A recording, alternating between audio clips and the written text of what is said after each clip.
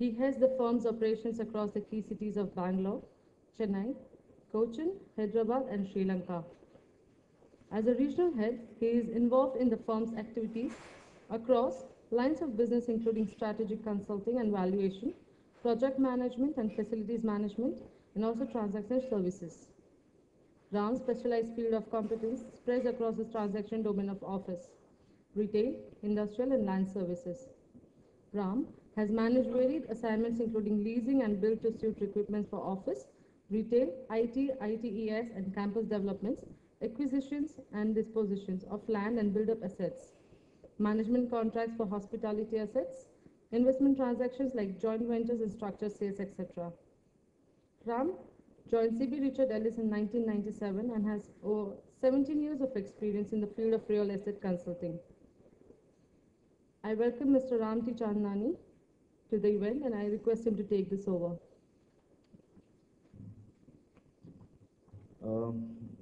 We're obviously talking of the real estate business in the South, and this conference is all about what's happening in the South.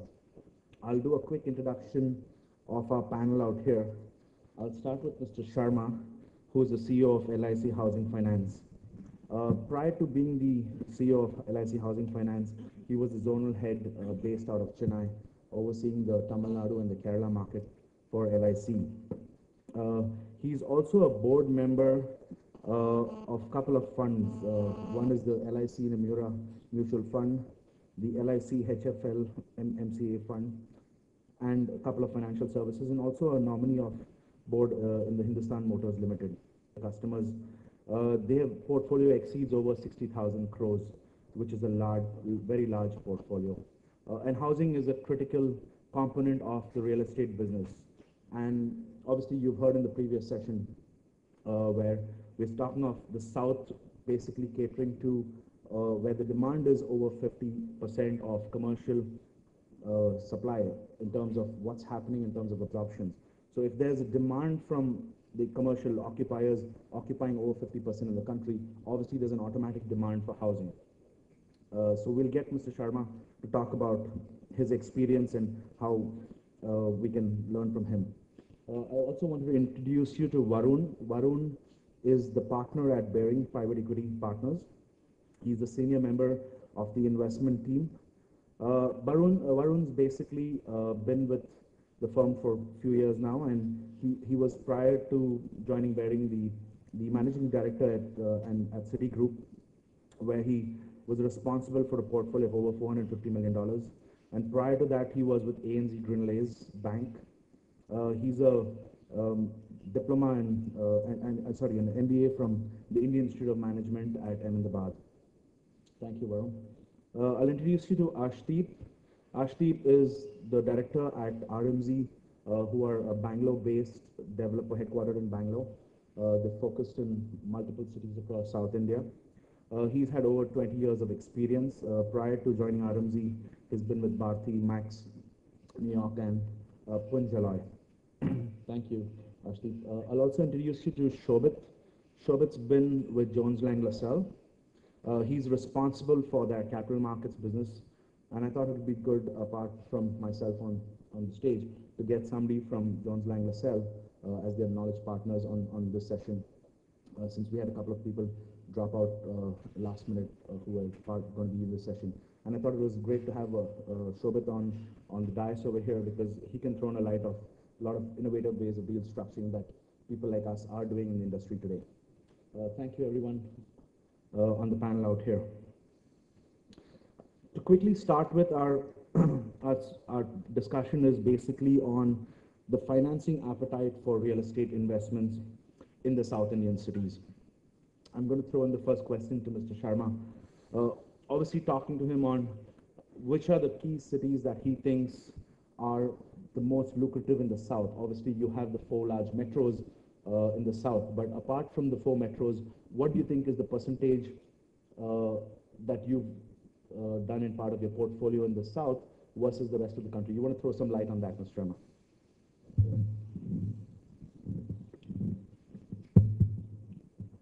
Good afternoon to everybody. Just I will take a minute to introduce myself or my company. LIC Housing Finance, many people know by name, but very few people know that it's a 60,000 crore plus company. And very few people may be knowing that it is the, almost I will say, that it is a market leader in South. We are primarily a retail finance company in the middle income segment, I will say, with the loan size 16 lakhs incremental ticket size. And in South, almost 50% of the business we do from Tamil Nadu, Kerala, Andhra and Bangalore. I mean Karnataka. As you have asked, what are our experiences in South? The first of all, I will say that till date, what we have found that it is a very trustworthy place to lend. That's very nice. This is I mean, looking to our past experiences, NPAs and other things, so you can safely lend it. Now I will not say, but if you would have asked this question last year, I would have said that you blindly put your money in South, any city. Those who have put 2 years back, those who have put, including my own parent company LIC, we have a small policyholders housing, city here in Padhi. When we had allotted 2 years back as general manager, I had allotted the flats. That was in 30 lakhs. Today it is 65 lakhs. Excellent. In 2 years' time. So people who have seen the opportunity. Chennai is one of the fastest growing cities, not only for the purpose of real estate, for the purpose of employment, for the purpose of industries. It is a very fast growing city. So it's a real good investment destination, both for the whether for the developer or for the housing finance company, or even for the retail people who think that they should invest in housing. Other than that, according to our experience, the next fastest growing is in Coimbatore. Coimbatore, in 4 years' time, it has become a metropolis. Earlier, it used to be a town, but we have seen it growing, and whoever has been, I will say, ahead of the time, they have been benefited. The third area, which I have found the change, very substantial change, is Madurai. 4 years back, you see Madurai, there was not a single, 4-story building. All single, first and 1 and 2 story. But today, Madurai is also turning out. Trichy is the 4th place, which is growing very fast. And it's a good developing city. This is Tamil Nadu. In Kerala, of course, other than Ernakulam, Thrissur, that area, I will not say that still that flat culture and other thing in residential side has developed much. So that we have, and then primarily people are rich there, so they have their own investment. Limited. So there's a lot of NRI money coming back. Yeah, limited scope in Kerala. In Andhra, we have a, I will say that it is now the next destination. Places like Vijayawada, Vizag, Nellore even, all these areas, they are developing very fast. And our total, like if you see last year, we have disbursed more than 1,000 crore in this area. And our growth rate has been more than 20%. It is 10,000 crore. 10,000 crore we have disbursed in these 3 states. And our growth rate is more than 20%, despite of that very challenging environment and very high interest rate and all other things. So these areas, I will say that it's very fast developing areas. Thank you. Thank you. Obviously, the biggest challenge is, as you mentioned, you have over 50% market share in the south of the funding business.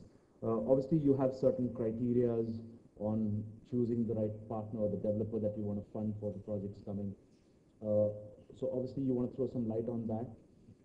And also, what would you look at?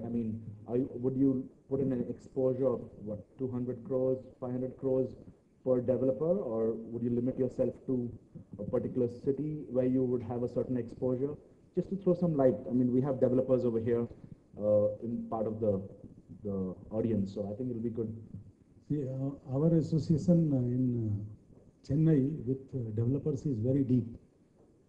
I mean, I say with pride that our association with developers and CREDI, and some of the, at least 20, 25 of them, our association is more than 15 to 20 years. And everywhere, other than, Chennai, I say everywhere, Chennai model. Because we started with medium size, small size projects, and slowly, with the long-term relationship, we have built it up, and it has worked well. It has worked with the trust. I will say that at least once every developer in Tamil Nadu or Kerala looks to us, and we also find pride in associating with them, funding with them, and our experience has been really good in this sector. Sure. And your exposure is focused pretty much on residential? So far as the limit is concerned, we have our own exposure norms. Normally, it goes up to 200 crores. Company is specific, it goes up to 200 crores. Or if it is a public limited company, then it is 10% of the net worth. That's how we go. Thank you. In general. Varun, from your perspective, you've done a few investment deals in the real estate side recently, and your recent relationship with RMZ in Bangalore for a 5 million square feet office development. Do you want to throw a little light on what you think of the southern market, predominantly the 4 cities that we have, and what sectors would somebody like yourself focus on?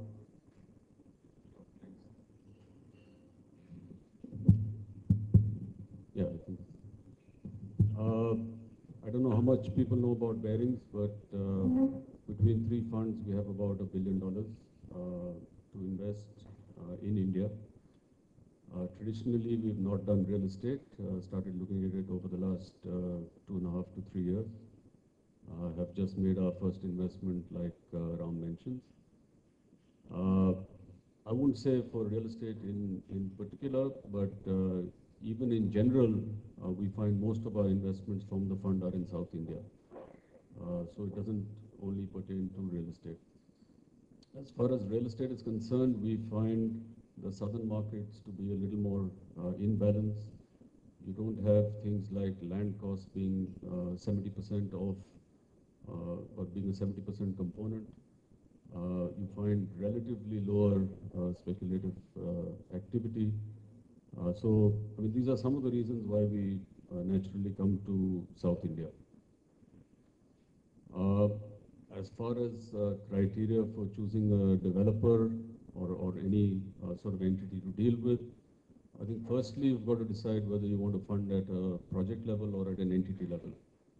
And I know, and maybe Shobhit can throw some more light on the current state of affairs of how people are, doing more project level with lots of controls.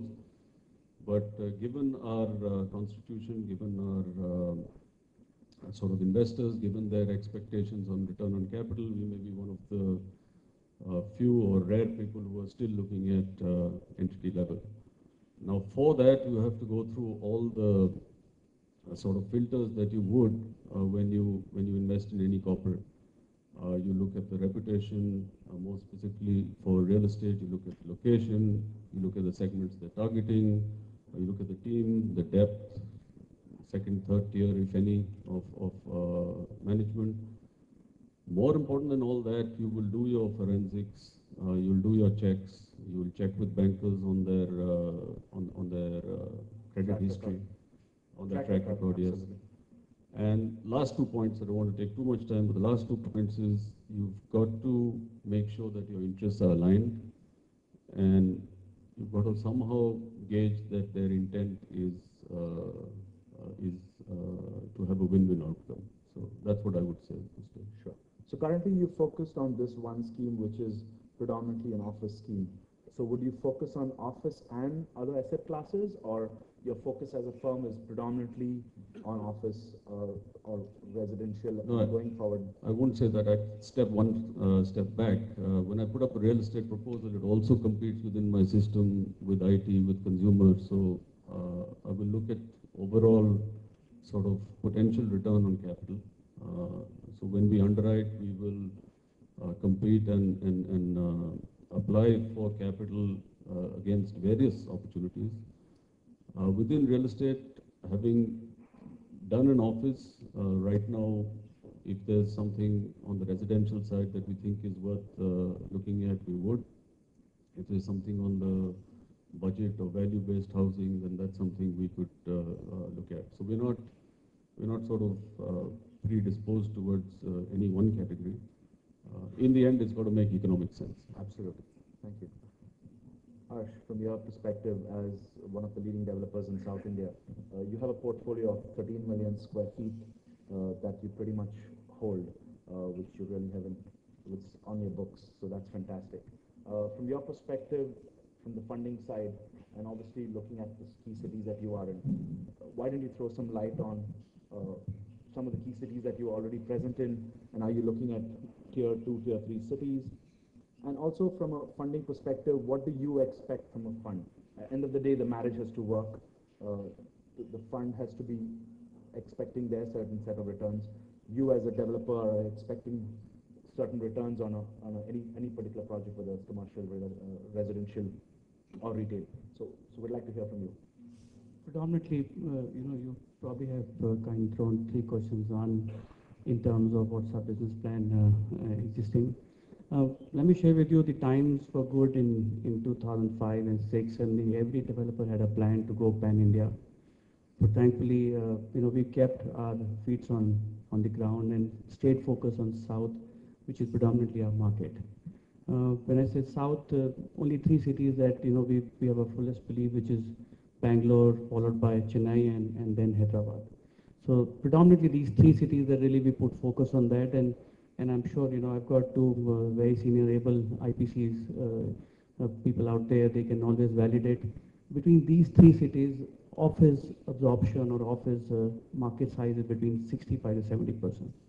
So give me an iota of an imagination where we've got 70% market share in the country. There is absolutely no point having us look at pan-India. So God was kind to us that they gave census to us, and therefore we remain focused on these three cities. Moving forward, I think our belief, since we've gone through a cycle of uncertainty in 2008-9, and we're now into probably a more progressive stage, I think it's validated our thought that these three cities are clear winner. In a time when things were not too good, time when things are good, obviously, which is the current process that we see upward trend going in there. So clearly, our focus has been South India from these three cities, and we continue to remain focused on these three cities and not try and spread around our wings to any other cities beyond South. Comes to tier 2 cities, the second question. In our assessment, we've kind of had a bit of a romance in Kochi for some time, where we actually had large land parcel allotted by the government. But having given the required the development yield which we need to confine to our business plan, I think we couldn't even justify beyond having to just have a land on our books, and therefore moving forward, which we see, and I'm sure both my colleagues from JLL and CBRE can validate that post the slowdown, we now striving to keep business back to only tier 1 cities. Tier 2 cities have got climbed, but I don't think so the kind of scale that we're looking at, the kind of rentals yield that we're looking at, the kind of multinational clients are willing to go into tier 2 and tier 3 city at this stage when there's a reasonable supply available in tier 1 city. There are quality A grade space there, and obviously in the current market situation, you don't see too much rental arbitrage between tier 1 and tier 2 cities. So just for instance, let's say you can get a good $1 per square feet out there, and even though if that dollar become 80 cents or 70 cents, you still have an issue of getting a manpower of the quality which Chennai and Bangalore and Hyderabad joins in. So I think from our perspective, we'll remain focused on tier 1 cities, and I don't think so having done some amount of our business in tier 2 city, we would probably would look at in next foresee in the next 3 to 5 years, because there's so much kind of a demand which is available in the cities that we operate, and therefore we remain focused and try and win over those rather than having to just try and our luck in tier 2 and tier 3 cities. From the standpoint of the investor's expectation, I think investor expectations has always been remain modest in terms of even times are good and times are not good, because what they expect is, they need return of their capital, they need return of their capital as well. But unfortunately, things were not very good in last couple of years, and therefore it's going to be very hard to build again the confidence of investors. And I think I did mention at various other discussions that we've been having is that today investors wants to test and trial and have got fullest view before they put their money in. It's no more like a free money that you get to see a land and then the investor will jump into it.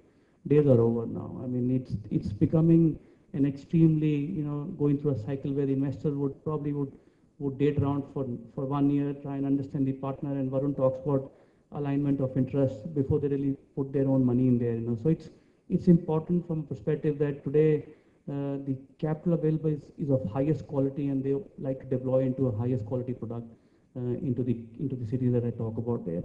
So it's been tough, but I guess if I make a more optimistic statement that there is money available for a good product, good companies, good entities. It's just that it's no more a simple business proposition that you offer it and then you get money on a table. Sure. And your focus has predominantly been on the commercial side. You're getting into retail and now residential. So what do you think of the other asset classes? Because your focus predominantly was on the commercial side.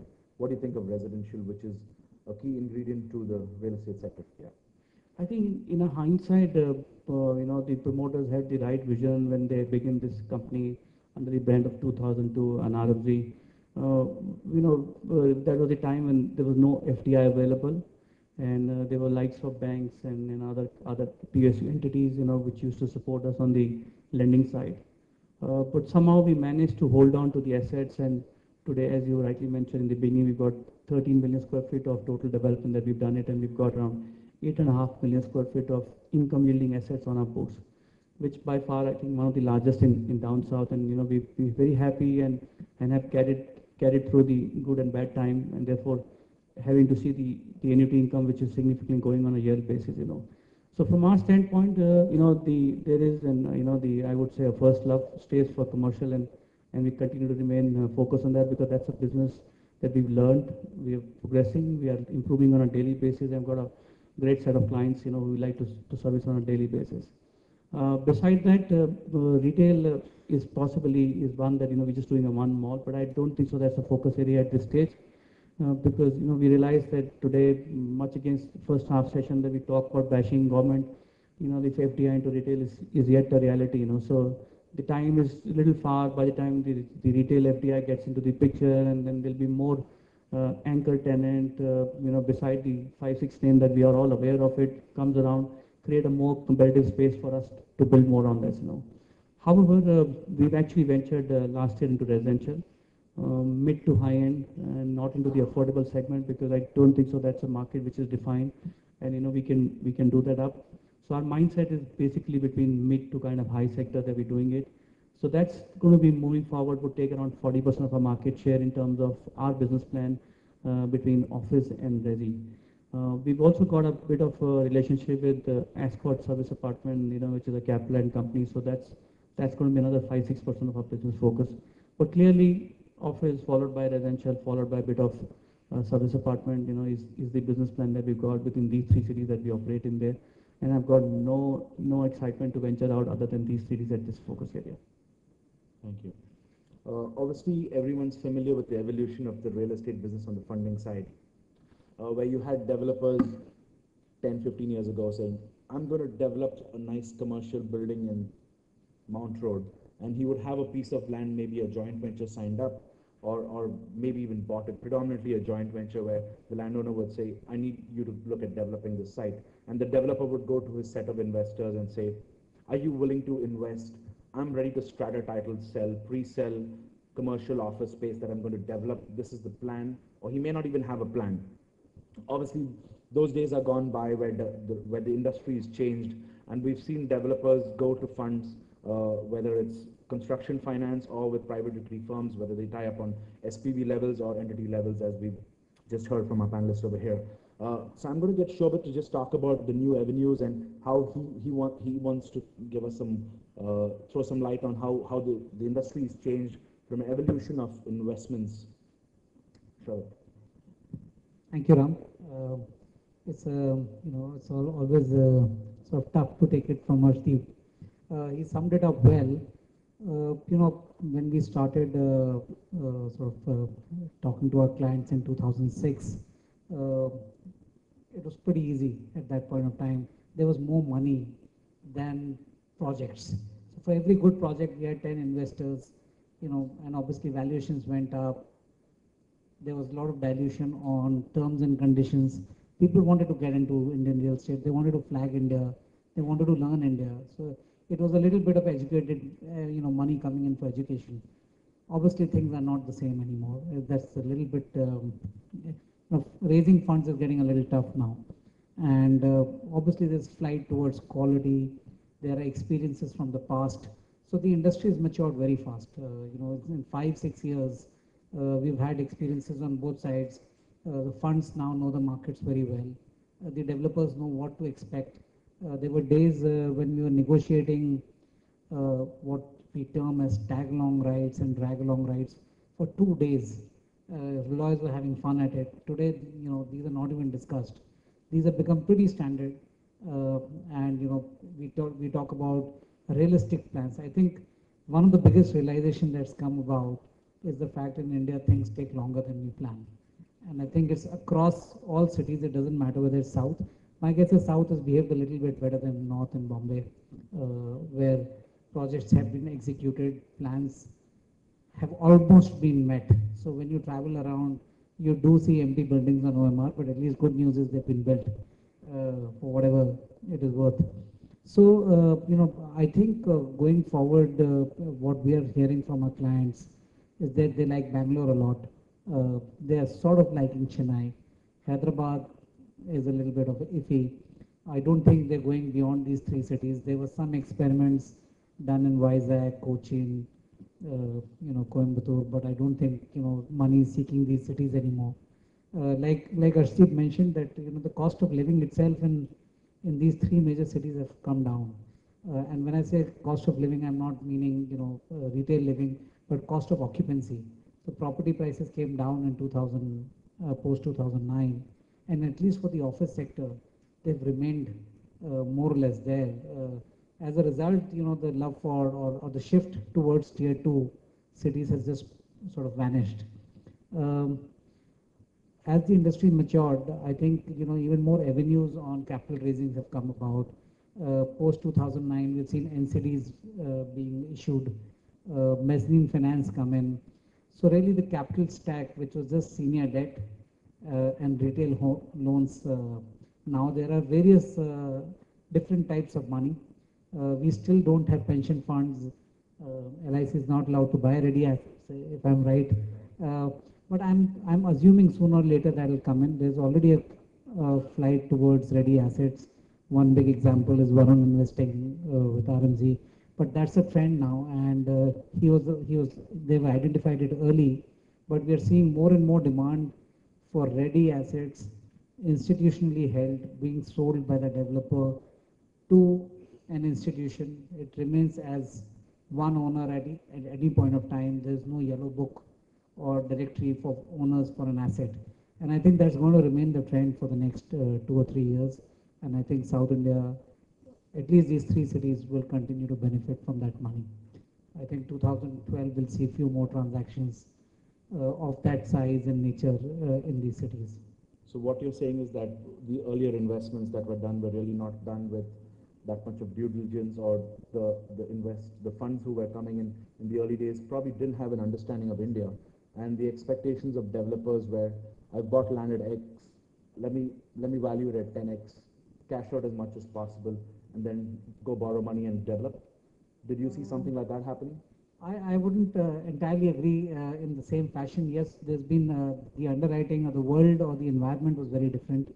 I think everybody was more bullish than they should have been. I don't think there was any intent issue there, but obviously everybody assumed that they can do millions and millions of square feet in such small times, and they didn't realize that's going to take time. Capacities took time to build. Material cost went up through the roof. So obviously nobody had planned for it, and nobody anticipated a 2009 in the days of 2007-8. I think it was unimaginable the way things changed.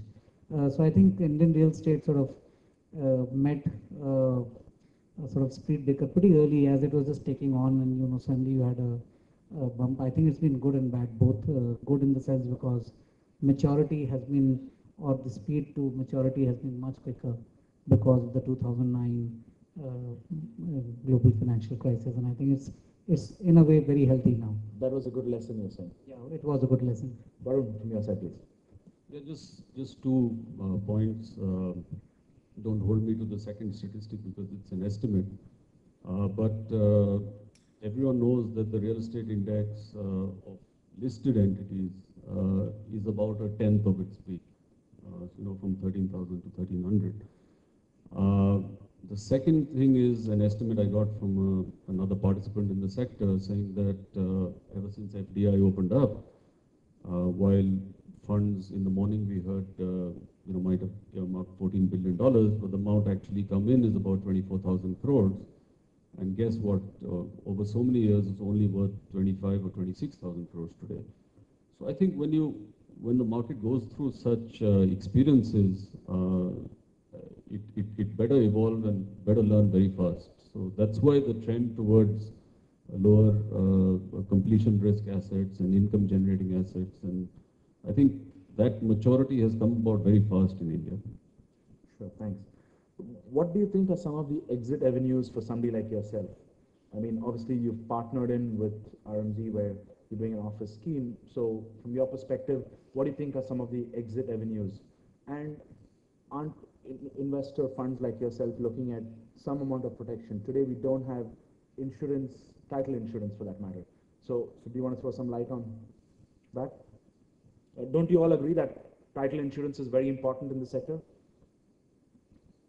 I think when people enter at various levels, and Mr. Sharma will probably tell you this, when a retail investor enters or a buyer goes to buy a flat, one of the biggest risks you take is completion risk.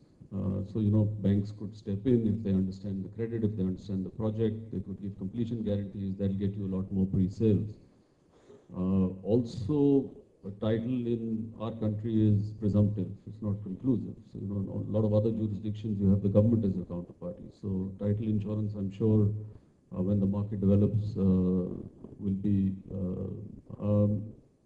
logically, on your first question, the logical exit for someone like us who's bought completed assets or a mix of completed and to be developed assets is a REIT.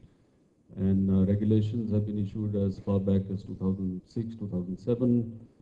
There are a lot of taxation issues, stamp duty issues, etc., which I think we need to overcome.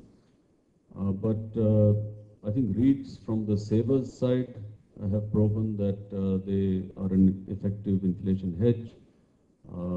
From a developer side, you can access a lot more pools of capital. There are some inbuilt mechanisms in terms of transparency, in terms of leverage, in terms of income distribution. So I think the benefits of that are probably well known to this audience. So that would be the logical exit. So as of now, we are sort of hoping that, over our horizon, which is a long-term horizon, and by long-term I mean about 7 to 9 years, there will be the ability to exit through a REIT. Otherwise, there's always secondary sales, and as mentioned in the morning, the least preferred is some sort of straight-up sale. That gets messy. So, thank you. Mr. Sharma, from your side, what about construction risk? Do you see that a lot happening with what's happening over the last few years that you've experienced from your side?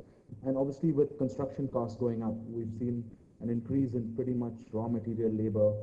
So what's your take on that? So far as, as a lender, we have fairly insulated ourselves, I will say. It's not in the stage of different stage of completion. We have inbuilt mechanisms wherein we try to minimize the risk on the customer side also. Like if the construction does not go beyond a level, then the money will also be released to that extent only.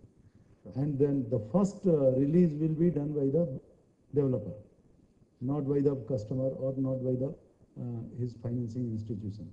The second aspect, we protect the customer in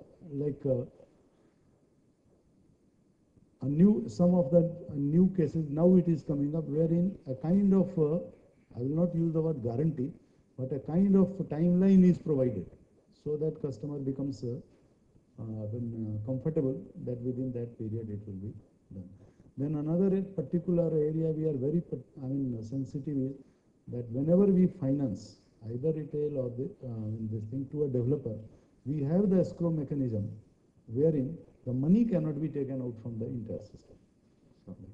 So that helps in completing the project. Excellent. From your perspective, would you focus on larger township type development schemes, or would you focus on smaller mid-sized projects? No, as a lender, we are more comfortable with the mid-size segments, particularly,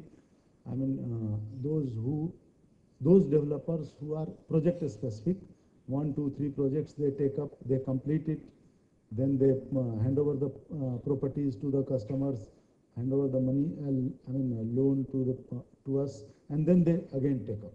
Sure. And then bit by bit it is built up. This we are more comfortable. This helps us in building the properties in Tier 2, Tier 3 cities also. Sure. Because there, if we go for a big township, the demand is not there. But if the builder makes a medium size, like 100, 200 flats, not more than that, along with associated benefits to the customer, it is hopefully it will be sold through. Sure. And then it will be delivered on time also. Sure. So that model we prefer, and that's what I was calling Chennai model. Sure. Chennai has developed like that only. The focus predominantly, as you heard in the previous session before lunch, that the focus predominantly by the Chennai developers has been smaller projects, finish 1, 2, and then move on to the next. And that's why we heard an inflow of other developers from Bangalore, etc., coming to Chennai and saying, let's go and buy 600 acres of land, 100 acres of land to create these large townships.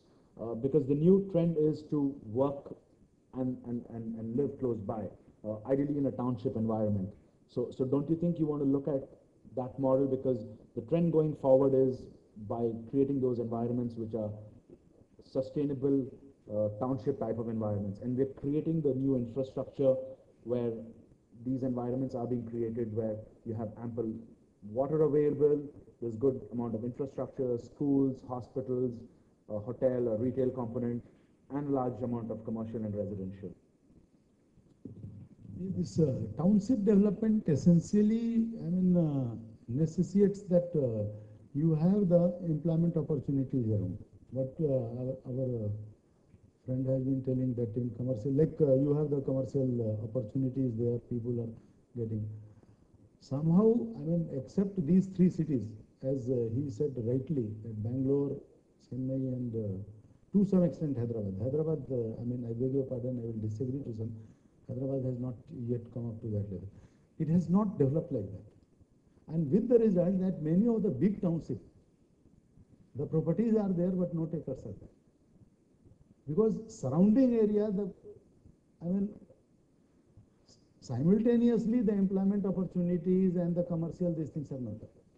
But in case of this middle level projects, it creates its own ecosystem wherein the people who participate, they have, come together taking care of all those things.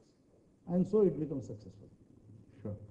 Arsh, from your side on townships, you want to just... Shobhit also did talk about in early 2005 when FDI was opened.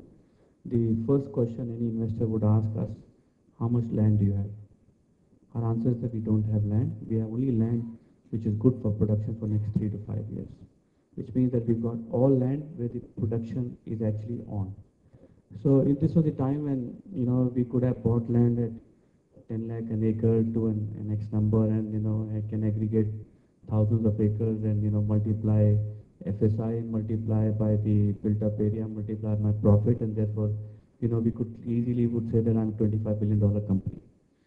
So this was the time when, people could bite into this story. And, we never did that during even that time as well. And I think, I remember sometime in early 2005, people should laugh away. He said, look, whole world is now chasing land. Why are you guys not chasing land? He said, we are chasing land which is good for production, not just buying a land and look for a future road to come in and actually build a business case on that. And there's nothing wrong in that business case for people who adopt it. So I'm not being critique on that. But from our standpoint, we always believe that buy land which is good to produce in the next 3 to 5 years, and we should be working on that on a daily basis. And I think that philosophy was there when I mentioned that when time was good. Today times are much more sensible. People have gone through those land banking. People have seen, obviously if you have made money, if you've lost money, but times are more sensible. So therefore, from our standpoint, we are a believer not to do any township development because it leads a lot of working with government to understand the infrastructure layout, etc. So if you see, you'll not find too many success stories around this township. I'm sure there are few, but it's not an easy task where you have a business cycle for next 10 to 12 years, and you're hoping that economy upside would actually help you to get some return. And unfortunately, the way we've conducted our business, we've got full control over the next 3 to 5 years, and we know activities for us to kind of follow on that. So rather than living on an economic upside and having a government to be kind to us and some economic kind of good happen to us for having to us make money, I think those are the assumptions that we've never captured in our business plan.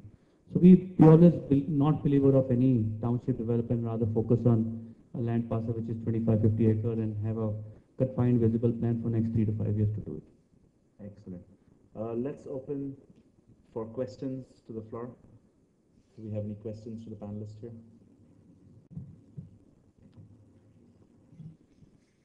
Couple of questions. I think I don't have a hard facts, but of late most of private equity investments are coming in through non-convertible debt instruments on real estate. Now, is this a sign, like he said, they have now matured, they have more risk averse, or is it just desperation of developers? They're taking, instead of taking equity, they're taking NCDs. Varun?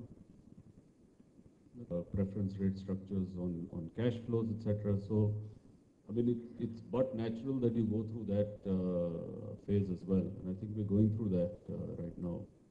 But maybe someone like Shobhit can supplement because he does this for a living and he has perspective of more than one fund. So I'll defer to him.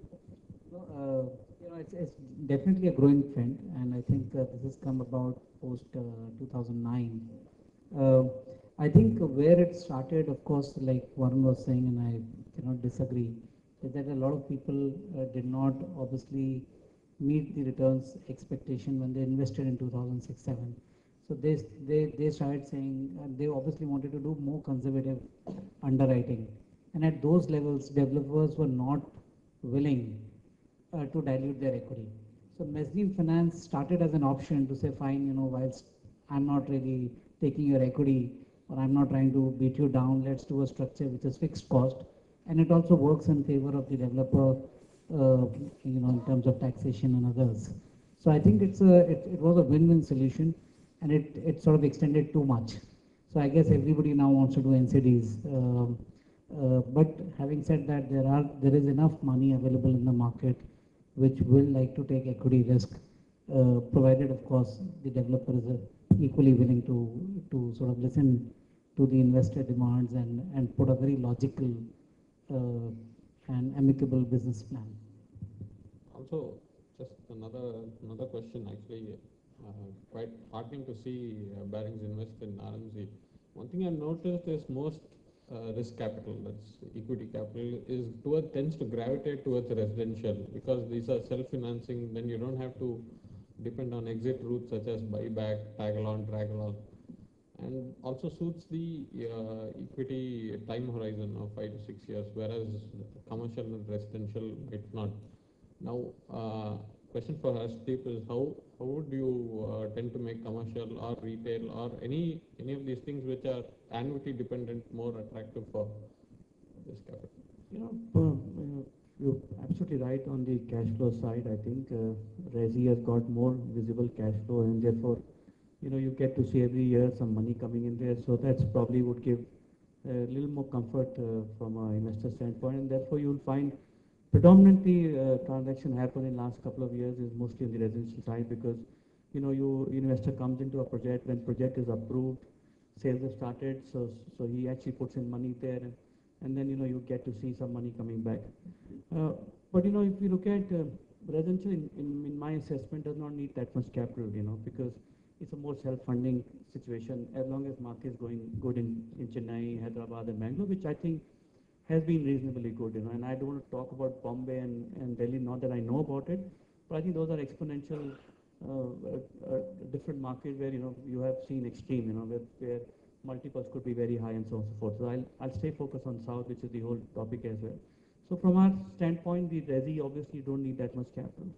But I must share with you today is that in our assessment, which is what I think the trend that we've seen, and I'm sure both my senior colleagues can also comprehend that we've seen in the first discussion that we had, that not too many commercial development taking place today. And there has been oversupply, and I can therefore, let's say, OMR. From our toll bridge, you can go up till, there was all development there for last couple of years, and I can name few of them. I'm sure, you'll say, oh yeah, we all know that it's been vacant for last 3-4 years. I can refer to a micro market like a Whitefield in Bangalore, where there was a bit of an oversupply. But for last 3 to 4 years that we've seen, there has been no new development in these micro markets. The reason as follows: one, there was obviously no funding available.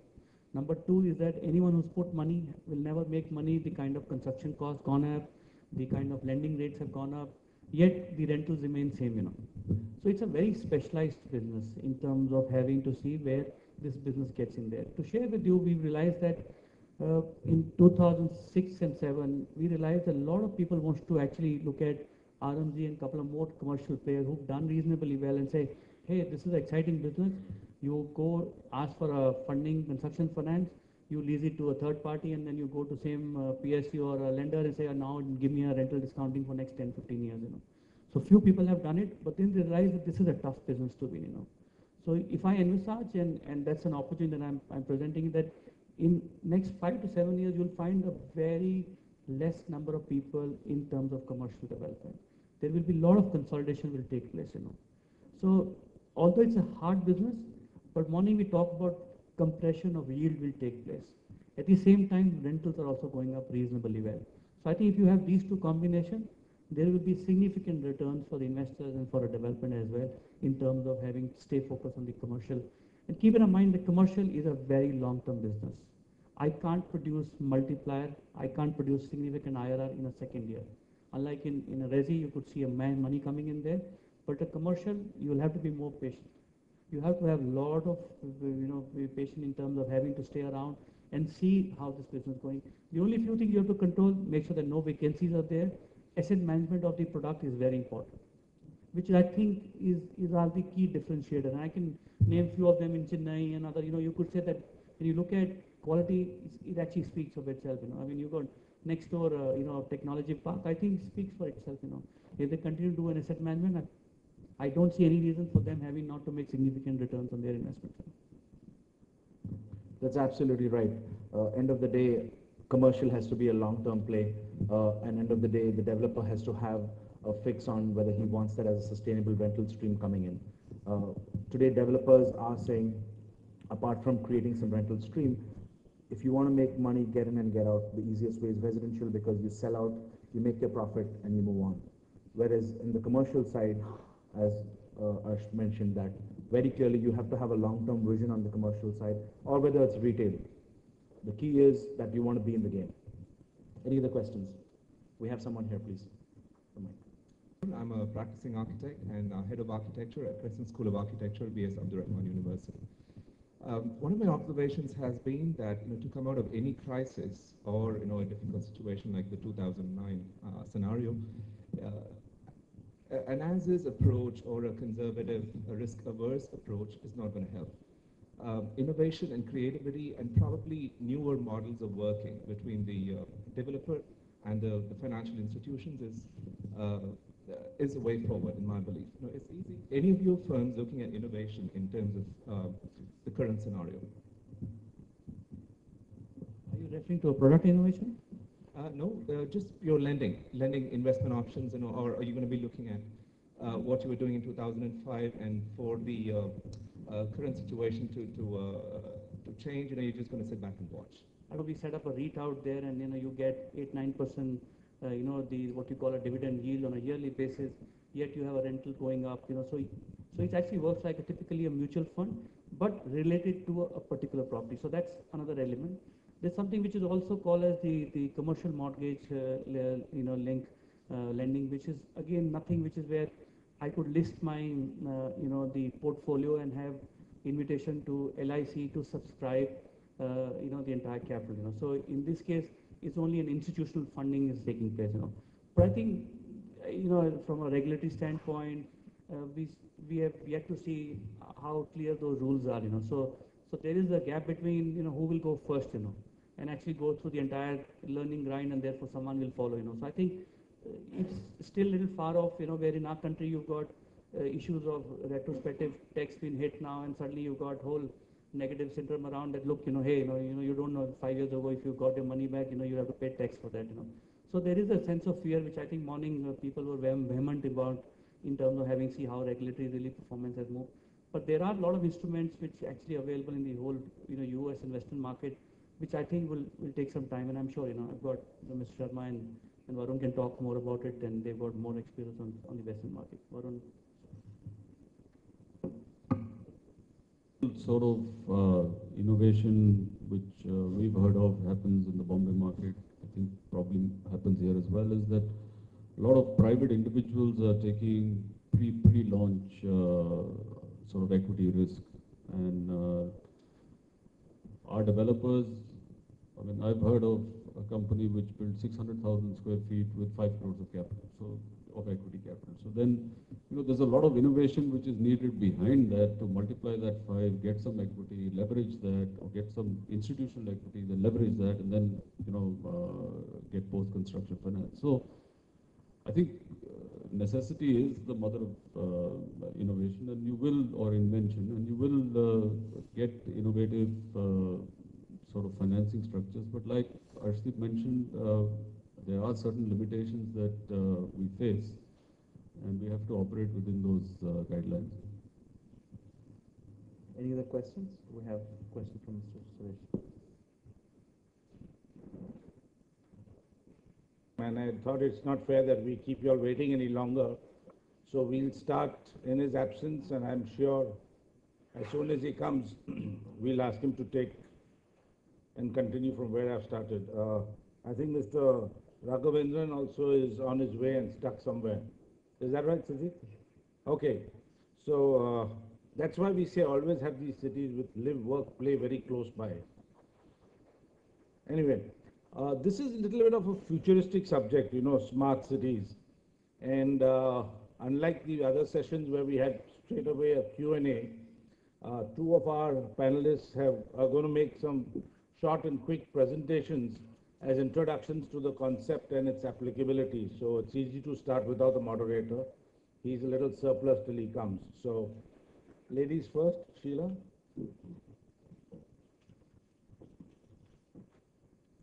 I'm very happy to be here and to share my thoughts as an architect. So I'm primarily talk as an architect, and also my work that I'm doing on sustainability now in the World Economic Forum and the UN Rio Summit. So when the topic of evolution from townships to smart cities came, my belief is that teal cities are the only way forward. So let me tell you what I mean by teal cities. So smart technology, I think India, we are all very adaptive to smart technology. Here we have a man on a bullock cart with a smartphone, with a phone. It could be very well a smartphone. And this kind of I think that with our cultural roots and what we are used to with something which is alien to us, something which is new, revolutionary, I think always creates magic. So when we talk about nature, I think all of us are very, very happy with nature. We're always stress-free in nature when we don't have the pressures of the world jumping on you. But then today, the epicenter of socio-economic crisis, the debt crisis, the riots, the terrorists, these are all global issues which we are very well aware of and which we have to cater and take care of in our planning. So the world today also has these ups and downs as far as the economy goes. We have seen the 1997, the 2002, 2011 now, and you know the ups and downs all over the world, the economic debt crisis, etc., which is always like a sword over our heads. So what is teal cities? So I think the new green cities all of us know about. Green cities are well advertised and I think are being adapted quite passionately by the fraternity. But what I mean by teal cities is holistically sustainable solutions. So when I say holistically sustainable, green is something that is sustainable with respect to environment and ecology, where socio-economic aspect of sustainability is forgotten. So if socio-economic sustainability is added on to the green sustainability, then you get totally holistically sustainable solutions.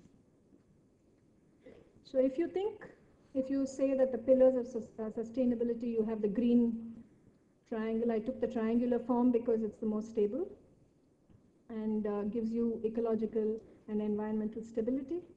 The blue gives you socio-economic balances, the blue for harmony, and together with collaborative integration, you get what is teal, which is the six-sided figure when both the triangles merge.